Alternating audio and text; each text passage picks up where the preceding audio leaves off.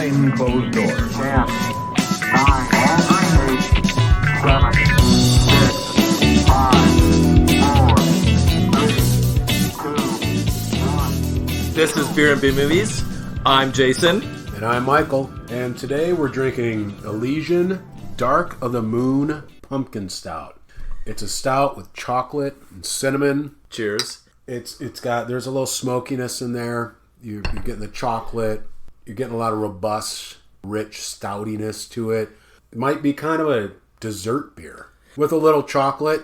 If you wanted to go like with a slice of cheesecake, if you're a cheesecake person, I think that would be delicious with this.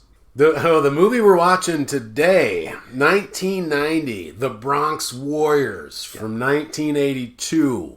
You know, you watch this movie, you have a couple of these, and then you'll forget what you just spent your time period watching. I'll tell you, when you get into autumn, and again, being from east of Los Angeles, far, far to the east, autumn, the temperature really drops. You're getting into the 40s, and nights can get down to the high 30s, and it's so nice. These nice, rich pumpkin beers.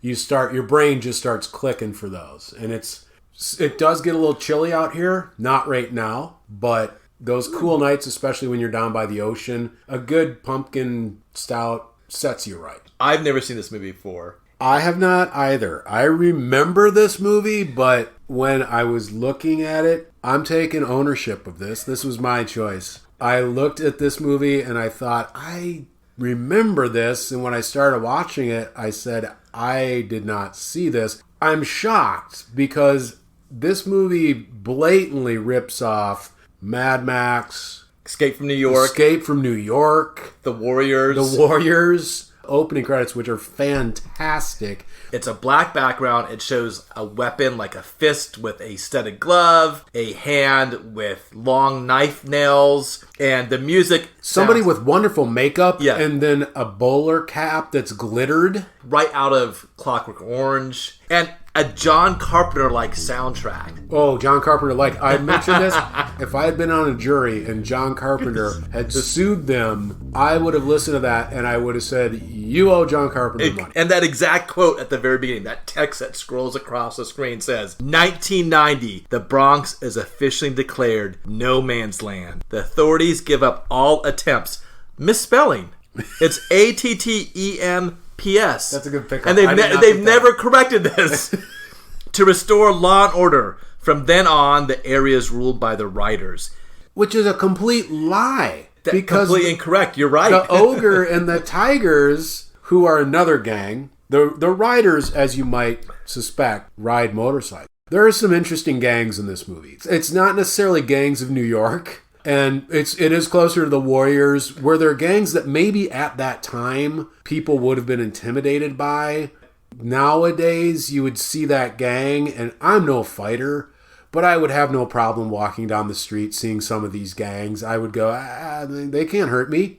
And you're right. It seems that the Ogre and his Tigers actually rule the Bronx, and the Riders have an area, along with some groups that I cannot make out, because at one point they said, hey, the gangs that populate the Bronx there's other gangs like the Jackals, the Scavengers, the Sharks. I think of the Sharks, I think of the Sharks and West the Jets. West Side Story. The Scavengers. Yes. There's zombies who are roller skating, field hockey, samurai gang. With strange vest, pointy shoulder pads, not intimidating one iota. And there's nothing intimidating about these guys with their hockey sticks and their skates. And then there's a Broadway tap dancing gang. Are they the Sharks? They could be. They actually prove more effective than the zombie. It's fairly comical. They come stepping out and they have their canes for fighting. They prove more effective fighters than some of the other gangs. And then I just wrote Shamblers. They kind of look like zombies. They're wearing rags. No, those are the scavengers. I could not keep track. Those are the scavengers. The zombies. Yeah, this is what happens. Now, when you drink and watch bad movies with too many gangs. We know the Riders, we know the Tigers. The zombies are the roller skating dudes. Yeah. The scavengers are the ones who are like below ground. Okay. Again, that moment in Escape from New York where he's hiding and all those goofballs are running around. They're like, hey, you need to be out because these guys, and they come up from the floor and pull that lady down. It's a terrible moment. That's what these guys are. Totally ripping. So those are the scavengers. We should talk about why this is a B movie. It's clearly an Italian ripoff. And there was a time period that he made a movie that was called The Big Shark or The Last Shark or something. And Universal prevented it from being shown because it was a direct ripoff of Jaws. There was this time where it sounded like this director was making some ripoff movies. I'm not saying that this is a complete ripoff. Yeah, a fruit from this tree, a fruit from this tree, a fruit from this tree. It's all a ripoff, but it's done so poorly that I think people just said, leave him alone. And it's low budget. Oh, the budget. The two things I looked at and went, oh, they got Fred Williamson. Yes. Blaxploitation. He was ex-NFL player. Blaxploitation. He plays the ogre. Yep, Excellent. He's the ogre. That's a get. And Vic Morrow. He always looks like your friend's dad who says, it's my way or the highway. Way too much. He plays a real degenerate. The plot is the heir to the Manhattan Corporation, which apparently runs all of the military-industrial complex around the world, is Anne. She has decided to run away from her responsibilities before she turns 18 to no man's land, the Bronx. She establishes a romantic relationship with Trash. The Manhattan Corporation decides they have to get her back. And of course, they send in Hammer. And that's the basic plot of the movie. We get that early titles tell you about where we're at. The Bronx is terrible. This young woman escapes into the Bronx. And very easily, I might add. Yes. Because the Bronx is just this horrible, horrible place. But it's like people are getting in and out. And right across the river, there's always booming traffic. So apparently, like, the Bronx is just this one little place where everything's awful. It's business as usual everywhere else. Yeah. And we're going to get to it because there was something I caught where I don't think the Bronx is really that bad. I think they were overselling it. Aside from the fact the gangs are not intimidating. No. So, but this young woman runs over the bridge into the Bronx. She runs afoul of the zombies who are they're tapping the ground with their sticks, their hockey sticks. They're communicating through grunts. Yes. And they start harassing her.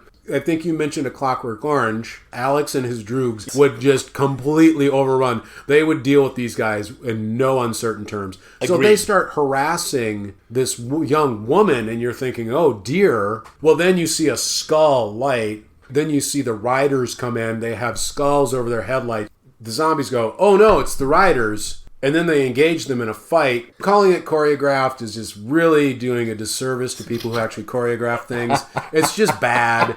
But she's hiding. The riders beat these guys up. There's bloodshed, but there's really no blood because I don't think they had the budget for it. The switchblades on the motorcycle, I thought that was pretty cool. It was cool. If you don't have the people, you can't do like, I cut your legs off. Yeah. It's like switchblades. These blades come out. They knock people down. The zombies are like, Trash goes over, sees Anne, and goes, hey, what are you doing here? Yeah. And that's when you find out his acting style is slightly better than his walking style. Because it's awkward. Anne says, hey, I just came from Manhattan. Good. And he goes, do you want me to take you back there? Again, this horrible no man's land just seems to be really easy to get in and out. It's like there's just no issue. No. The bridge is open and people are just, no checkpoint. Come and go as you please. No. There certainly is no Duke of New York. In the Escape from New York, there was a distinct checkpoint in terms of crossover. Here... Oh, you better believe it. I'm going to just say it right now. Walking is going to be a huge topic in this episode because the leader of the riders is a fellow called Trash, and he's an Italian guy who goes by the name Mark Gregory. His original name is Marco Di Gregorio. Yep. He's a good-looking guy. Really too pretty to be the leader of this nasty old gang. Let's stop there for a second because I think, and even the credits suggest that they hired Hell's Angels to help backfill the riders. And you look at all these other riders. They're riding Harleys, beards, tattoos. They look like hardened... Some of them. The ones without speaking part. And the guy with half an arm. There's a guy with a hook. And I went, That's a real Hell's Angel. Yes. The guy who plays Blade, not so much. Or Ice, no, not Ice, so much. No. But Mark Gregory is 17 when he made this movie. I believe the director had run into him. He worked at a local gym in Rome, and he wanted him for the part. So this is one of his, I think, the first acting jobs. He didn't have many. No, he did not have many. In fact, the sequel to this. Yeah, I think he made 2 sequels to this movie. And then Thunder. And then in 89 he stopped. He just disappeared. Just be perfectly honest. He's not a good actor. It's not his fault. They hired him. If somebody came and said, you could be the lead in this movie, I would take it. What skill set did he have where you looked around this hardened core of writers and say, you know what? That guy, that high pants wearing mother. his pants, he's got like mom jeans times 2. His knee-high boots. He's awkward in his walking. It's the strangest walk of all time. Yes. I mean, even Monty Python would not have used this in the Ministry of Silly Walks sketch.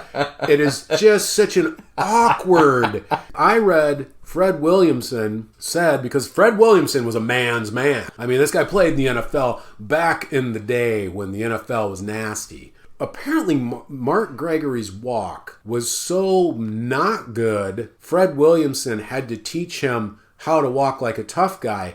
This was the result. This was the best Fred Williamson could do. And that guy could just be sitting in silk shirt and be manly, which he does in this movie. He's like a swashbuckler. He's totally dressed. I never thought about that, but he is. He is totally dressed like a swashbuckler. Yes. And he's manly as hell. And Mark Gregory is walking through on like peg legs with his shoulder. Like he took the back straight, shoulders back thing way too far.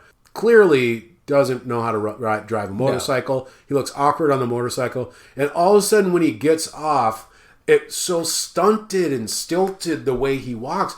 Every time he walks, it pulls you out. It jars you out of the movie. You're not interested in anything other than why is he walking like that? Are we going to get an explanation? Does he have a rod in his back? Yeah. And none of his crew addresses it. No. Nobody says he walks like that because they just let him walk strangely all over the Bronx. In fact, I watched this movie again last night. I had my wife sit in and watch it. And my wife looks at this. Why would you do that to her? Because I was trying to... I go, am I off? Is there something wrong? She goes, that walk... And I'm quoting my wife. His walk is like a 9-year-old girl. It's so wrong. And every scene, she's like, why is he doing this? I said, dude, it just pulls you out of the movie. It does. I mean, I'm surprised. Every time. I can talk about this movie a lot. I can talk about the plot.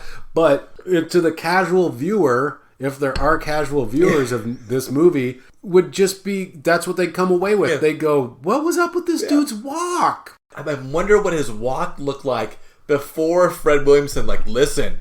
Yeah, like Fred Williamson. These Hell's Angels are making fun of you. You need to step it up a bit. Yeah, Fred Williamson stopped everything at some point and he said, young man, I need to teach you how to walk like a tough guy. And then at some point, Fred Williams said, this is the best I can do. So the woman, we're back to, Trash takes her, she says, I don't want to go back to Manhattan. Yeah. Really trusting young lady. Yeah. No, absolutely. And because you're going to no man's land, you're going to this horrible place, and the writers end up being really nice guys. Then we go back to Manhattan, where we find out this woman is someone important. If she turns 18, if she's not there, they can't do anything. At some point in the structure of this corporation, there was a fail. Yeah. There's a man talking to another man, and he says, what do we do? Call Hammer. And that is a big deal because his right-hand man he's talking to is like, oh man, so do we need Hammer? It's like basically, it sounds like you're calling in Rambo. The Manhattan Corporation. Number one, they have a problem with their business continuity plan. If your heir disappears, you probably should have some continuity plans to address that. And number two, HR, they're going to decide to hire Hammer, a psychopath. HR and their business continuity planning area need to really circle of wagons and say, we have some internal issues. We're making some bad decisions. So this is an issue where they just had to make this a plot point. When you stand back and you look at it, I'm like, that doesn't make a lot of sense. I get it. It's important. She's important. We cut to a dead man on the banks of a river. Yes. The riders pull up, and there's a guy playing a drum, which is kind of like the coolest part of the whole movie. That is one of the best scenes of the entire movie. This dude's just jamming out on a little drum kit, and he's beautiful. laying down a pretty cool beat. Yes. The riders pull up, and they see their friend, one of their own, is dead, and they're like, what the heck? All of a sudden, these cool old cars pull in with a bunch of people dressed up like it's the 40s, and it's the Tiger. This guy, Leech, comes out, and he's got a weird voice, and he is just loving that he gets to play this weird character. And he gets out and says, hey, Trash. And Trash says, where's the ogre? So he goes and talks to the ogre, and the ogre says, hey, this guy had a gizmo. Someone's watching you guys. The cops. Do you think there is a time period between Trash saying, yes, basically you could stay with us, to that next scene where there's a dead rider? Deleted scenes, because it feels like she's been there. For I think a while. even her makeup. Because dead rider represents someone who was spying on her and had a gizmo, from the Manhattan Corporation to track her down. The beginning, they tell us cops want nothing to do with this place, but they're coming in here and they're doing things and they're trying to keep track of you and know where you are. It's like, what? Do the cops care or do they not care? Did they just wall this place off like in Escape from New York and say, you're on your own, we're not coming in? Or are they always trying to keep tabs on these characters? And I try to look at the badges on these police officers, and it says like Official Vigilantes Bronx. There's a scene where you see them flying over. Yes. And they have and nothing positive to say about people living in this area. Look at these people. Yeah. They're cockroaches. It's just awesome. Hammer arrives and he's carrying a package. He looks like a mailman. He looks like the world's biggest jerk of a mailman. He's got a trucker hat on. He's just walking. There's the local drunk guy. He's like, "Hey, mailman, give me dabba doo doo." Comic relief, like Total you have a mail, relief. you have a letter from my junk. So Hammer comes in and just completely makes you realize this is a horrible, horrible person. He goes into this abandoned building. There's a man and a woman. They're snogging on the stairs, messing around. Hammer walks up the stairs. They go, oh, hey, this guy's here. The guy gets up. He pulls a knife. He goes, basically, move and I'll kill you. Move and I'll kill you. Don't move and I'll kill you. Stay there, I'll kill you. Hammer, what we realize now is that there's a gun in this long package he has. I don't know why he has it in a package. He turns around, shoots this guy in the chest. Then he shoots the woman. Yes. The woman is just screaming. She's doing nothing. She's just screaming. Hammer just goes, boom, kills her. At that point, you go, oh, this guy sucks. There's two statements Hammer makes during the movie. One is, I work for nobody. I don't care about the Manhattan Corporation. I don't care about the girl. I don't care about politics. I don't care about anything. I believe in nothing. I'm Hammer, the exterminator. Now, once again, it goes to this human resources show. Why would you hire this guy? Like, you're trying to be hush-hush. Like, this guy is going to create a lot of problems. And then later on, he meets with Hot Dog, who's played by Christopher Connolly. A great actor, has a raspy voice, died way too young, sadly, from lung cancer, too much smoking. And Hot Dog says, you're playing with fire. And this is where, like, Vic Morrow's acting is excellent, because he says, I know, and I love it. And there's a second take, and you just look at his face, and he says, I love it. After Hammer kills, at that point, he's not killing people anymore. He's just making a nuisance of himself, and he throws, like, a smoke grenade. Oh, yes, he drops the tiger ring, which is supposed to be a huge tell. And then he leaves, gets in Hot Dog's rig, and they BJ and the Barrett out of there, and they go, hey, there goes Hot Dog, there goes the guy, we gotta chase him. They chase him down. Meanwhile, Hammer jumps out, climbs up some stairs, disappears. They stop Hot Dog. He's just sort of rude to the riders. They say, what's going on, Hot Dog? He's like, I don't know. And he's got this great line.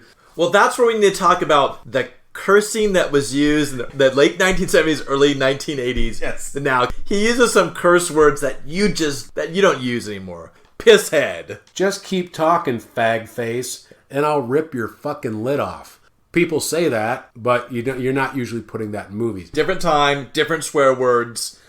It's Fred Williamson, Vic Morrow, and Chris Connolly that carry the movie, except for Ice. And Ice has a couple of moments. He does play his role well. He does. With his Jackson Brown hair. Yeah, and you know that he's a bad guy because he's wearing a Nazi outfit. Anytime in a movie where some person's willing to wear a Nazi officer jacket, that's probably going to be a bad guy. Because you don't get to roll around with a swastika and do good deeds. And I had to look that actor up. His name is Joshua Sinclair, and you could do a whole nother podcast on that guy's life. He has a MD and specializes in tropical disease, and he has a PhD in theology. His resume is amazing. That's like your modern day Renaissance man. And basically they put a point like, hey, he liked acting as well. There's not a lot of people like that. Why not add it to the pile, man? Exactly. He has succeeded in multiple areas. Not to say that being in 1990 Bronx Warriors is a point of like, hey, I've succeeded as an actor. But hey, he made a movie. How many times have you watched that movie now? A lot. A lot. I'm really well versed in that movie. Hammer has killed 2 of the writers. So they're going to honor our dead. This is where the director realized, I only have an hour, maybe a plot.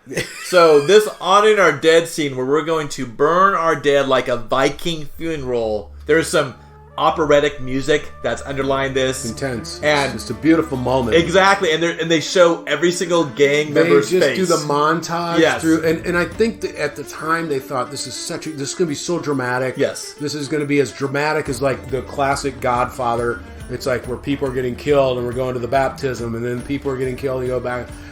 And it just falls so flat because you just cut to these people and it looks like a Journey video from the early 80s. And it's so bad. It's so bad. It's so weak, and they're just standing there. And you have to watch the scene. They pick up ashes after they burn these 2 people. And they go back and they're throwing it. But if you look, the wind is blowing on that day. Clinton's only day they shot, and it's blowing back into their faces the whole time. And I'm like, this is really bad. Sure, but I wonder if the Coen brothers saw that, and then the Big Lebowski. Yes. When Walter, when they're gonna that's throw, what I thought of. When Donnie, because they pick up a handful, and then when they go and throw it, it's like a heck of a lot more than just a handful of ashes. Yeah. It's a lot of ashes, but it's blowing back on them, and all I could think of was Walter throwing Donnie's ashes, and it just comes right back in their face. And again, it's like so often we're watching these movies, and maybe you watch them so much you just keep trying to find something, a connection. But I wonder if the Coen brothers have watched this movie and they remembered that. And it's almost, I want to hope. There's a scene a little earlier, but I have to touch on it because they send these cops in, and these cops, they're driving, it looks like a bread delivery van. And they get in, and the riders are sitting at this intersection, and the cops see them, and they're talking about, oh, look at these guys, I'm going to kill them, we're going to kill them. And they say, we're not supposed to engage except in self-defense. And the riders are going, look at these guys, they've got real guts. They should get a medal for coming into the Bronx. Let's give them a good greeting. And you think, oh, the cops are here, the riders. It's like, oh, this is going to get, whoa. So the riders take off in their motorcycles, and the cops are following them. Well, this is what the riders have planned. One of them gets up on top of the truck, and then he crawls to the front with a can of spray paint, and he spells the word shit on the windshield as the cops are driving their cop bus. The delivery van. And I just keep going back to, you're the least scary gang. These are the people that made the cops say, we don't go to the Bronx anymore. You're on your own. And that's their big thing. They don't shit on cop windows. And I laughed about that. That's such weak sauce. You guys, this is the lamest gang ever. One thing I want to discuss is Anne herself, because we end up eventually getting to a scene where she runs away from the writers, because constantly every time there's a death or something strange, she's like, I think they're after me, and no one pays attention to her. But finally she's on the beach. It's supposed to be what I consider a very romantic scene with Trash. Anne reveals her heart. That she is indeed the heir to the Manhattan Corporation. The reason all of Trash's people who are dying is because they're after her. But she doesn't want to go back and live a life of luxury because she'll be a puppet. Instead, she wants to live in abandoned buildings that have been condemned or been set on fire. With unpleasant people. No doubt, very low hygiene. I mean, Trash has still not changed his clothes yet. And Trash delivers almost a poem or a soliloquy on death at the beach. We were born dead. Life means nothing. We live with death every single day. Death walks with us. Death rides and sleeps with us.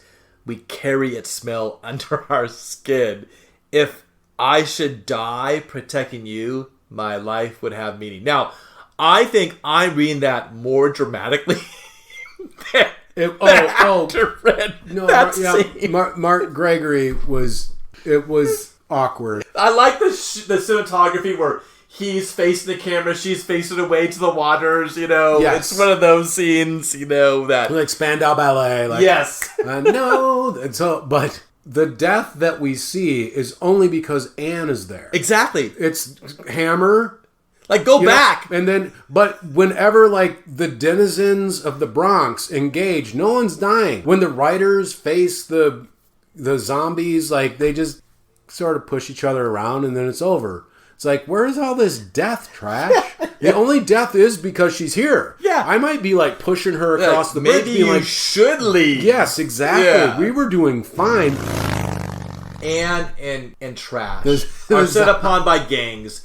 They throw a net over them, and that just completely I don't know why they didn't think of nets earlier. Clearly a really good way to stop the riders. If you want to stop the riders, nets. Nets. Doesn't have to be any specific net. Just throw a net at them, and they're, We're leading up to the climax now. This is where it gets very close to the Warriors movie. Trash escapes from the net, comes back to the writers saying, hey, I need staff. And we're going to go and rescue Anne. I love I need staff. Yeah, and basically it's like that gauntlet in the Warriors where we're going to go through various gang territory to get Anne. But he also, his right-hand man, Blade, who totally looks like he's in Frankie Goes to Hollywood. He's totally loyal to Trash. Yeah. And they know Ice is something's up with him. He's bad. So, he wears a Nazi outfit. Yes. This is not going to end well for Ice or that he's going to be a great supporter of Trash. So Trash is saying, hey man, we got to do this thing. The zombies, got my girl. We got to go get her. There's some stuff going down. Yeah. I need some people. And they're like, hey, yeah, me. Yeah. And then he says, yeah, okay, you guys. But he tells Blade, his right-hand man, he says, you stay here. And Blade's really upset. He's like, what? And he says, you need to keep an eye on Ice. And this is part of Hammer's, once again, very complicated plot where he decides to basically turn Ice against the Tigers, and the Tigers against Ice, and then people against the... I got lost several times. And I think the idea is they all kill each other, and then Hammer we find out he's from the Bronx. Yes. He's Hammer from the Bronx. Yeah, and I can point out real quickly, Vic Morrow, interesting enough, born in the Bronx. A lot of people remember Vic Morrow on how he passed away. Yeah. And this was the final movie released with him in it, acting all the way through. He was filming that Twilight Zone movie. There was that horrible helicopter accident, and he passed away. Hammer, his character, it's very complicated at the end, what he's trying to do. I don't even know. No. I've watched this movie several times now, and apparently by the end, he's a police officer. Well, that's what I love. Yeah. He bounces back across the river to get his outfit, and leather police outfit, and they keep telling him, Hammer, you can't screw this up. You've got this amount of time, and then he just laughs at him. He just laughs at everybody. So. Trash, like you said, it's the Warriors. Yeah. They're going down underground, and it's sort of like Kung Fu also, where you're going through different levels. Yes. Getting through. And the scavengers are these scary, like you said. They look like they sort of have chalk or lime all over them. They wear rags, and they make a bunch of ooh sounds. And they come, and they grab people and kill them. I thought they'd be like cannibals or something, but apparently they just take you and hurt you and kill you. That's their bag. And so they're going through, and then they come upon Ogre, and they're snooping around, and all of a sudden Hammer comes up, and Hammer's like, ha! And he kills one of Ogre's people. And then he's got Trash by gunpoint, and he's like, I'm going to blame this on you. And I'm like, well, Trash doesn't have a gun. That's going to be a problem. And why are you doing this, Hammer? Yeah, why? Like, why don't you just get the girl and get back over into Manhattan? Shouldn't you be at the zombies? Yeah. I mean, those guys, I could beat those guys Yeah. up. Trash says, you're the biggest son of a bitch of all. Yeah. He's like, you're trying to make everybody forget you're from the Bronx. And Hammer goes, no, when I'm done, everyone's going to know I'm from the Bronx. Exactly. Like, that's the thing, is he's got some real civic pride. Yeah. So then he jumps, hoping that the Tigers are going to blame all this on Trash. But the witch, who's Ogre's right-hand lady, she's got a whip and those little claws on the end of her fingers. She's pretty cool. And but she knows, like, there was someone here. Because they think, oh, you killed our guy, Trash, you're in big trouble. So they take him to the ogre, and he and the ogre have an exchange. And he goes, hey, this lady, she's important. We need to do this. They're trying to turn us against each other. Then he invokes the name of Hammer. And Ogre goes, Hammer?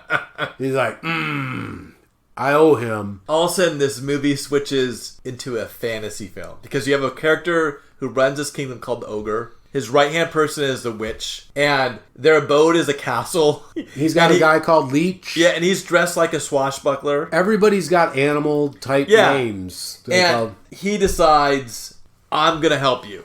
And we're going to owe each other by the end of this. And so he goes with Trash. And they go to the zombies. And they fight the lead of the zombies. The golem. And rescue Anne. They bring back Anne back to the ogre's lair. And it's almost like it's a cocktail party where Anne's playing the piano. And also she seems really comfortable about eventually being the lead of this Manhattan Corp. Also, like, things change. Like, you know what? I was a wet blanket for 90% of this movie. And now, you know what? Being the lead of the Manhattan Corporation may have its advantages. And the ogre is like selling her on it. Like, you should really like take this job. Then he says something in Trash. You think, oh, maybe things are going to go sideways. But they bring out a birthday cake and it's happy birthday to you. Like, somehow everybody now knows it's going to be her birthday. It was so surreal. They're like at a 1970s cocktail party. With the bongos. And it's just so weird. It is so tripped out. Meanwhile, Hammer has gone back to Manhattan. All he's got to do is get Anne. Get That's Anne, all. Bring her back alive. He makes fun of, he laughs and mocks the people who are hired him.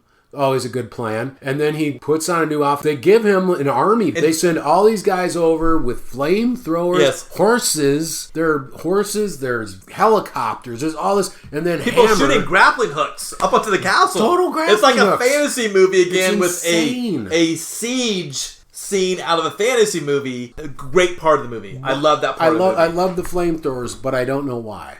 Hammer is completely off his nut. He's insane. Laughing maniacally. He's standing because on the ceiling where the ogre and all his people hang out, there's conveniently this big circle cut out of the ceiling so Hammer can stand on the next floor, raising his fist, literally raising his fist and laughing and screaming, going, burn them all, burn them all. And people are just riding around, burning people up with a flamethrower. And this is when Trash, they kind of burn him. That's when he gets to finally take his vest off. Yes. Takes it so he's bare-chested. Hammer fails at his only goal because Anne gets shot. That's all he was sent to do. They told him several times, this needs to be hush-hush.